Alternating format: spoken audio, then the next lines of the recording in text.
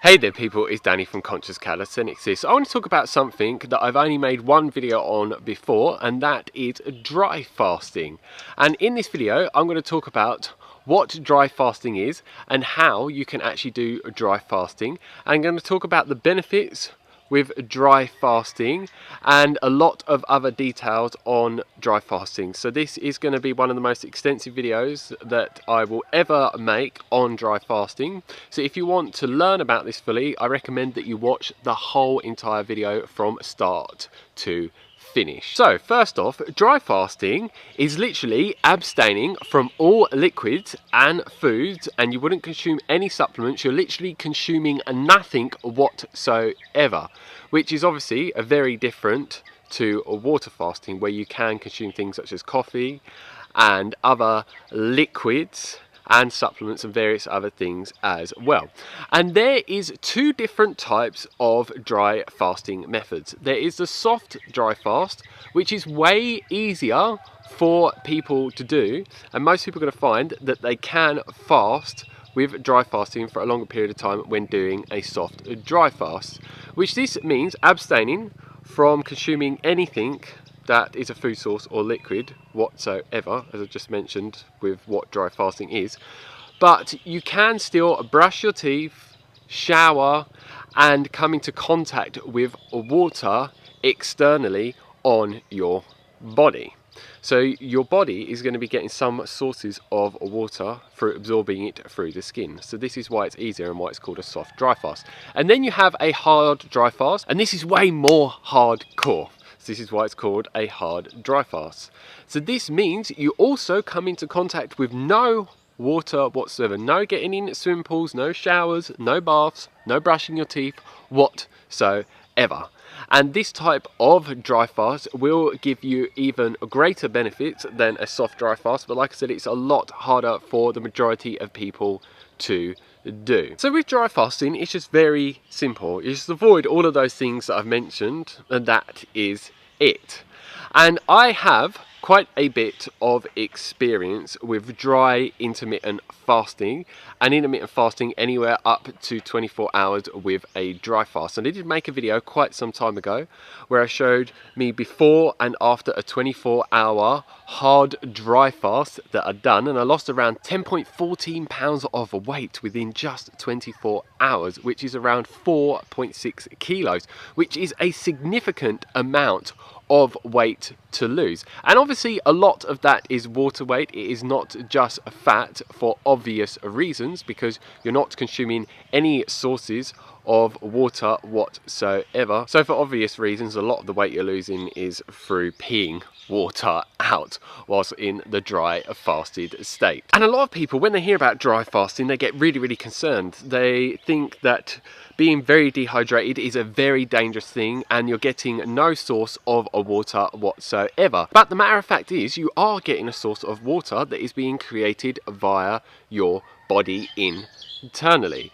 Because when you're in a dry fast and you get hours and hours and hours into it, your body goes into a state of ketosis. And then what is happening is your body fat is being broken down, and within the body fat is a free hydrogen molecules that are being released within the body. And then what happens is hydrogen binds with oxygen within the blood, which then is creating water internally. So you do not need to be concerned whatsoever with dry fasting and running into a state where you're not getting any water whatsoever, because we're obviously mostly made up of water, and if you're getting no water source or whatsoever, that would be very dangerous. So the body is very clever, and it has this mechanism that it induces within you when you are dry fasting. Now you may be wondering, well, why would you do a dry fast over a water fast?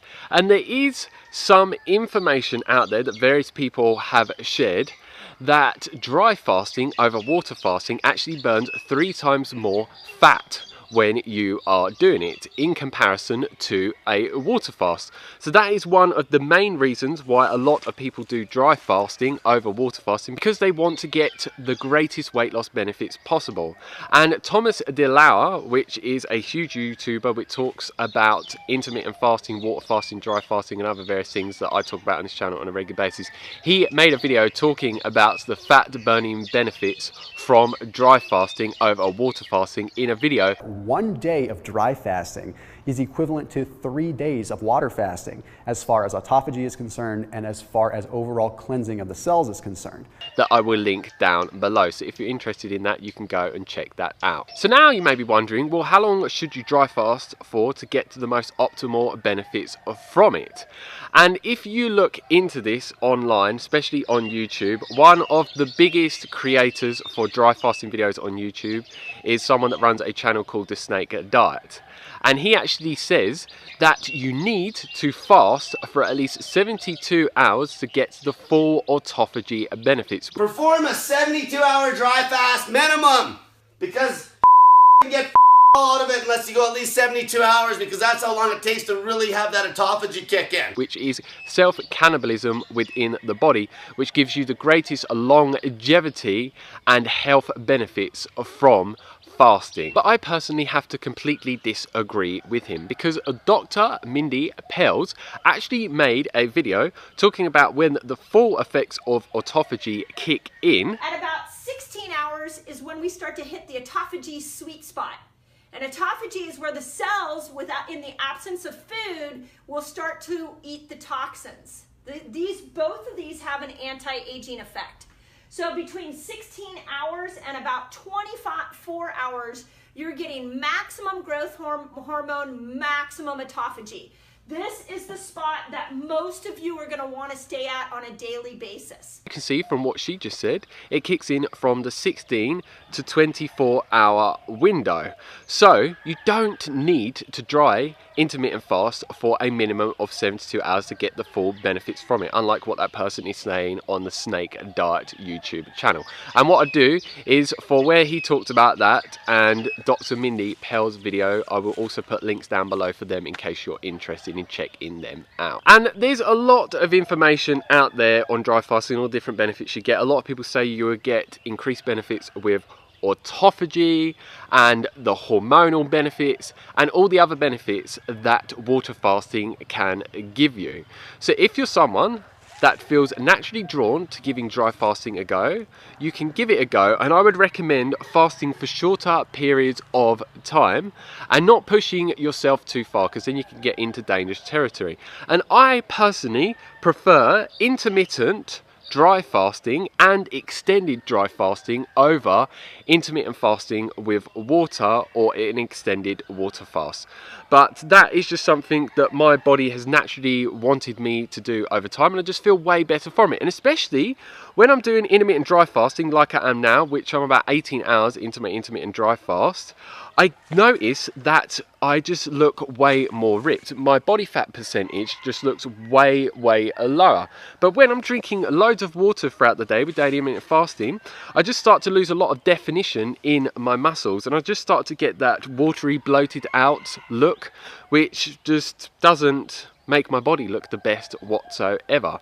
And I just love that I don't have to think about consuming any liquids or anything whatsoever whilst in the intermittent fasting state with dry fasting. And I just find that I feel way better within my mind and body when abstaining from all water completely, whether it's with daily intermittent dry fasting or extended dry fasting. So from my own experience, I just feel that it makes me feel the best that I can whilst I'm doing any type of fasting. And even though I'm 18 hours into dry fasting and my last meal was yesterday that had a lot of salt in, I don't feel dehydrated whatsoever. If you look at my urine, as you can see from the urine I've collected this morning, it's really dark and like an orange colour, which a lot of people say that's really bad, you're dehydrated, you need to drink water. That I don't feel dehydrated whatsoever. My lips are still very full, they're not dry, my mouth or tongue isn't dry whatsoever. I have no desire for water, but what I have been very mindful of is when I'm going to embark on a dry fast and I have my last meal, normally that night after the meal I do have a desire for water, but then as I've got used to dry fasting over time, that desire just starts to go, and I find a lot of time I just want water because I like cool water to cool me down, and I just like to drink water. So a lot of time it seems to me, from my own experience, that I'm consuming water a lot of the time when I don't actually need it, just like a lot of people with eating multiple meals a day. So as you become more in tune with your body, like I am, I only really drink liquids when I need to. And there's also times where I've gone through stages of drinking a lot of water, and like I said, it has a negative effect on how my body looks, and I just don't feel the best overall. So for me, it just makes sense for me to do a dry fasting the majority of the time over water fasting. So if you're someone that's never done dry fasting before and you're intermittent fasting, start giving dry intermittent fasting a go and see how you feel with it. And then once you've got used to it, you can start to try some longer dry fasting if that's what you want to do, such as a 24-hour one or a 36-hour one, 42-hour one, or multiple days of dry fasting. And I have so many friends that do intermittent dry fasting and dry fasting for days and days and days in a row, and they all say time and time again that they prefer it over water fasting, and they notice more significant benefits from it over water fasting. But yeah, I do want to say, be very careful. This is a caution. There are a lot of people, especially in the Western world, that want to push themselves into dangerous territories with certain extreme calorie restriction diets or fasting or various other things, and then you can get into dangerous territory. So make sure that you're very mindful and careful around this, and you don't push yourself too far, because it could be dangerous. So make sure to stay safe.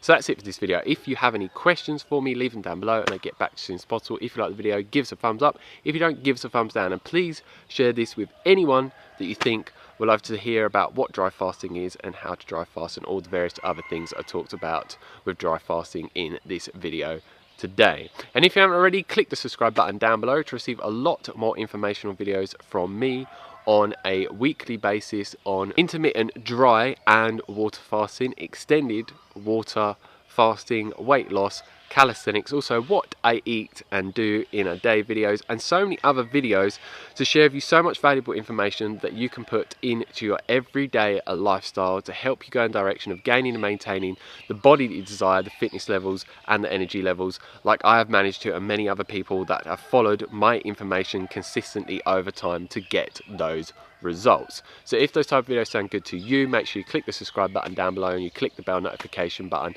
next to the subscribe button. Otherwise YouTube will not notify you of when new videos are uploaded, and I have new ones coming almost every single day.